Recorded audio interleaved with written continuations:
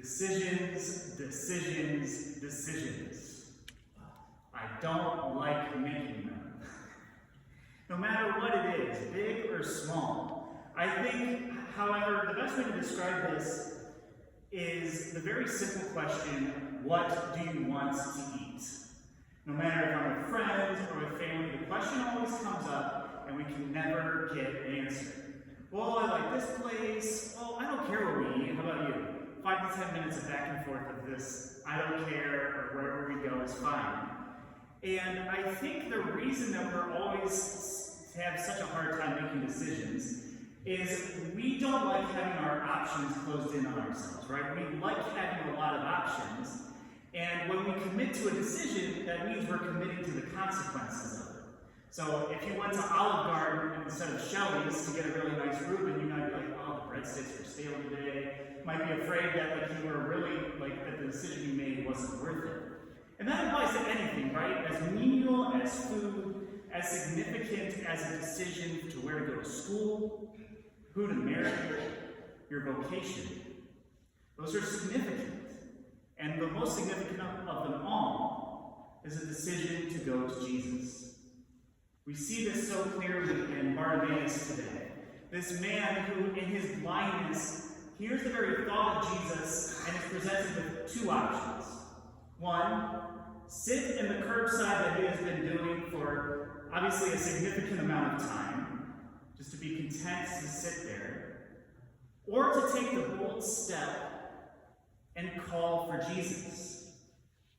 And it's evidence that it might not be the easiest path to go on to call to Jesus, evidenced by the fact that people in the crowd tried to silence him. So even when he heard the people trying to silence him, even then he could have been like, you know what, I'll just stay here. But even more so, he felt so called to Jesus that as Jesus called to him and asked him to come forward, he says some of the most powerful lines to me in Scripture. What do you want me to do for you? That in the boldness and decision-making of Bartimaeus, Jesus came to him to say, hey, I want to be with you. Thank you for coming to me and calling for me. And I think we experience that same dilemma with Bartimaeus, whether in coming to Mass, coming to prayer, is we hear from our culture, or maybe even our friends or close family that say, why do you go to Mass? Why do you do this? Or even our own thoughts of, if it's on a Sunday morning and you're like, well, do I really want to get up? I had a long week. Do I really want to go to Mass? I mean, for me, at the seminary, my room is literally right across the hallway from our chapel. Jesus literally stares at me as I come out of my room, and I'm still like, the recliner looks so nice. The recliner looks so nice. There's always that temptation to make the decision to commit to something different. But in committing to Christ, and coming here, you're acknowledging, just as Bartimaeus does, is there's this willingness to know how Christ is active in your heart, active in your life, active in the decisions you are making now. And it's so powerful to realize that Bartimaeus wasn't just physically blind, right? He was spiritually blind as well. This understanding of he is trying to further understand where he fits in understanding himself, understanding the world around him. And that's why we see that Bartimaeus go with Jesus, to further understand what Jesus is for him and how he can share that same love. And my friends, so too for us.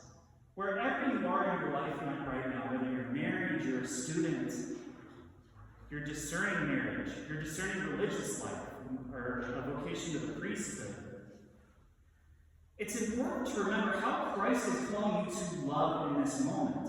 How your decision to activate your love with Christ now, present in this Mass, experiencing him in body, blood, soul, and divinity in the Eucharist, how that love is going to transform where your heart is right now. During this weekend, all 51 of my seminarian brothers are out and about throughout the diocese giving their vocations to them, talking about how the Lord kind of called them into seminary. But what's interesting, all of them are unique stories. All of them are unique ways in which they felt called to priesthood. But there's one significant similarity between all of them. It wasn't that God immediately just said, hey, go be a priest. It was the seminarian originally saying, okay, Lord, I love you. I'm making this activity, this action, and this desire to want to experience your love for me. And it was experiencing that love, it was experiencing that desire that eventually led them to the seminary. That eventually made them realize that there might be this call to love of the flock, to love at the altar, to experience that joy. So my friends, I think a beautiful challenge for us as we come to Mass, as we come to our prayer this week, is to realize how do our decisions to run to Jesus affect even the seemingly mundane parts of our life. That if you're doing dishes after a long day at work, and you're just frustrated and you're tired, allow the Lord deeper into that. Saying, okay, Lord, I love you. I decide to let you into this seemingly insignificant moment. Or in your conversations with your kids, it might be, a long car ride from the school over to the next sporting event. Okay, Lord, where are you in this? Your call for me to love reaches out to my spouse, reaches out to my kids, my grandkids. Where are you? Because the love that you are showing me is the love that I'm calling to share forth. And it's a decision that we should continue to make. Even if it may seem daunting or some people may not understand it, your call to love, your call to decide Jesus' love for you shapes everything.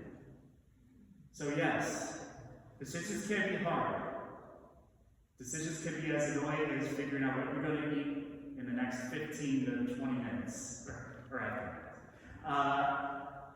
But any decision we make should allow Jesus deeper into our hearts to say, my son, my daughter, what do you want me to do for you?